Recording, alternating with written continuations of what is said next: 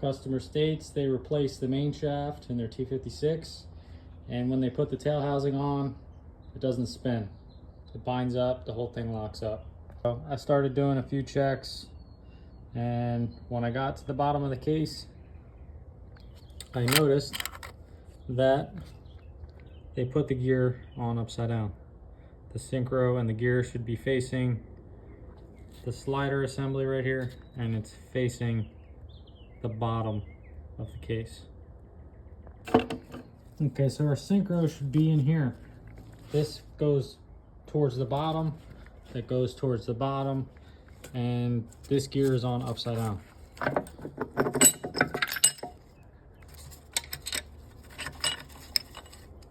Yep. And there we can see a little bit of damage there. So our parts were on upside down. Also, I just pulled off the reverse inner hub, and this plate is on backwards. This should be facing the other way. These tabs should be holding in these keys instead of how this is. Also, there is no way this is ever going to run with this much end play.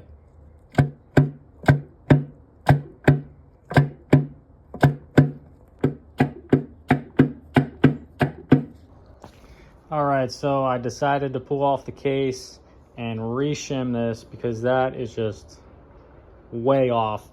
I don't even think this would make it 5 feet with it shimmed that way. That was so bad. So I'm just getting everything cleaned up. The case is drying right now, and I'm going to shim this main shaft and counter shaft and get this thing back to spec. So the story with this was a LT1 T56 to LS1, and he said he couldn't get the tail housing back on, and once he got it on, the entire transmission would not spin. And as you saw in the beginning of the video, that gear was on upside down. So what I didn't do before taking the case off was checking how much end play we had. There's so much there. I don't even think there's a shim, but the shims are under the input and the counter shaft, which I'll show you later. But right now I'm just putting the bolts in the front plate to the case. I'm going to put a gauge on here, and we're going to see how much end play we have, and that's going to tell us how much shim we need to put under the bearing. All right, we got our gauge set up here to the end of our output, and basically what I'm going to do is put a pry bar in here, lift up, and that's going to tell us how much play we have on that bearing. So I'll set you guys up.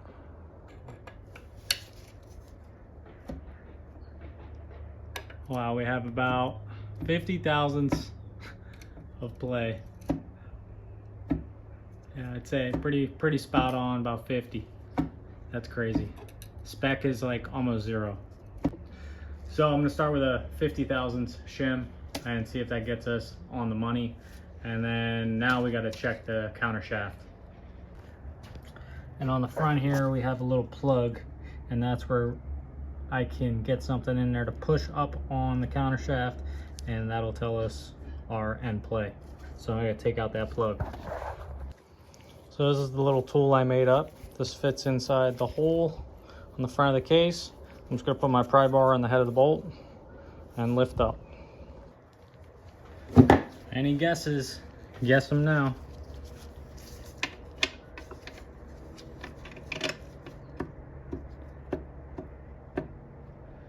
About 14 thousandths right there. You guys see that? Right in the middle. So let's shoot for 14 and 50 on the other. So now I'm gonna pull off the case, pull our gears out, and access our shims. Should have a bag of shims somewhere. He provided me a bag of shims, so hopefully we got what we need in there. I'm gonna get this part, get back with you.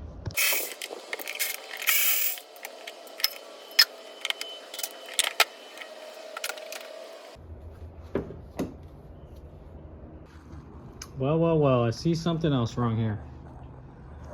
Our seal is installed backwards.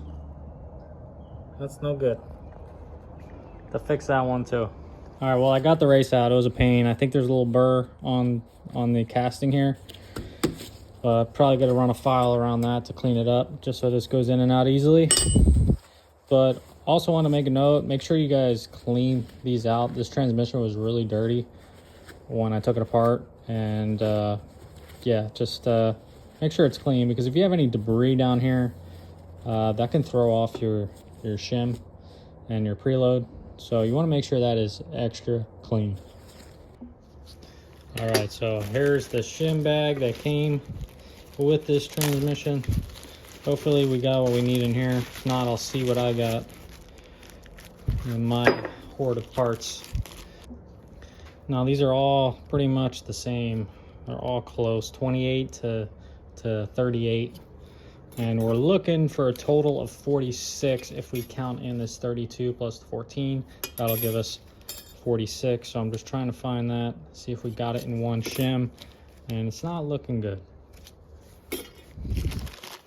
This is probably one of the most tedious tasks when doing a transmission. It's just finding the right shims.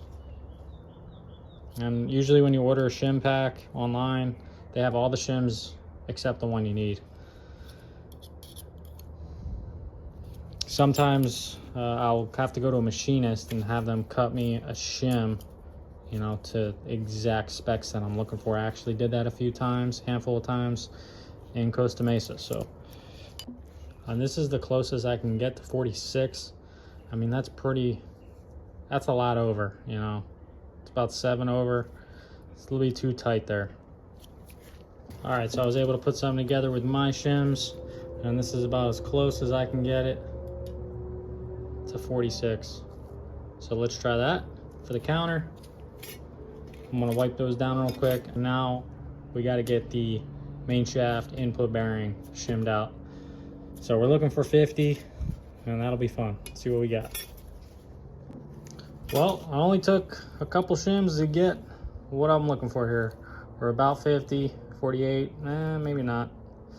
But, you know, these calipers are a little funky sometimes, and it's pretty critical when you're going down to 1/1000th of an inch.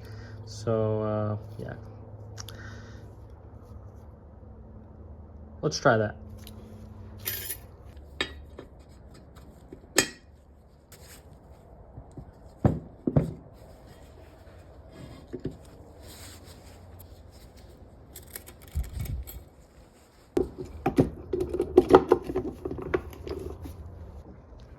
I got you guys set up for the counter shaft. I got it pretty close to 0, and I'm just gonna pry up a little bit on my tool, and we'll see how much play we got there. And it looks like about 1/1000th. So we are in spec there, looking good. I'm happy with that. All right, we're all set up for the main shaft. See what we're working with. Right on the money. I was hoping for, you know, maybe 1/1000th, but pretty close for the first shot. I'm gonna call that good. So now that we're all shimmed out, we're good to go on our bearings. I'm gonna pull this off again, and we gotta flip that seal around, orient it in the correct way so we don't have fluid leaking out the front of this thing. Seal up the case and reassemble the back, and this thing will be ready to shift. I'll leave a link below for my gauge here. I'm pretty sure I got this thing on Amazon. It's probably under 30 bucks. Links below. This thing spins up so nice now. I wish you guys could feel it, man. So smooth, just like it should be. When this thing came in, it was all sloppy. The input was all sloppy, binding up. That's because we had multiple issues going on, but this thing's just feeling nice. There's a new seal, oriented correctly and installed. I mean, just check out how dirty these teeth are. See all that dirt in there?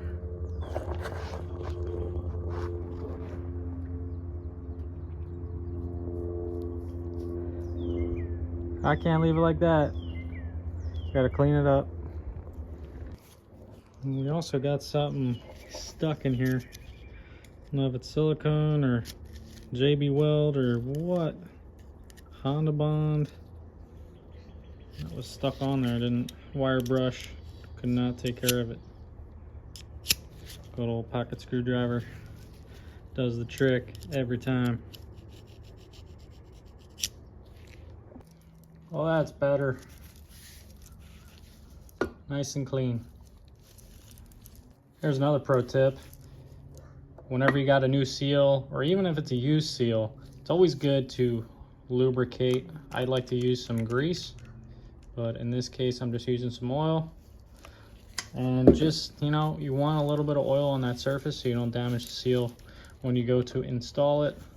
Same with your rear seal. When you go to put your drive shaft in, just put a little oil on it.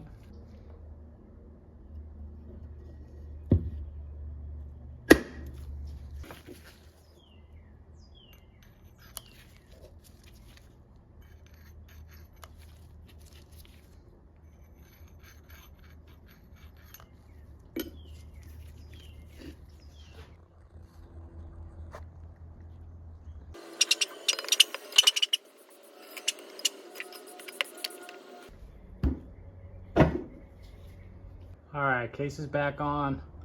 Let's assemble this back end and start off by putting that gear right side up.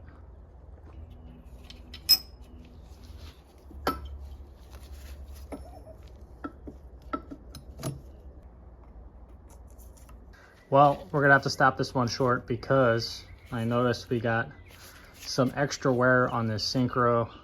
I don't know if it was because it was upside down in the case, but there's some wear and we're missing a lot of material on the keyway, and I do not feel comfortable putting that back in. So I'm gonna have to order a new synchro, and this thing's gonna sit around for probably a week until I get back to it.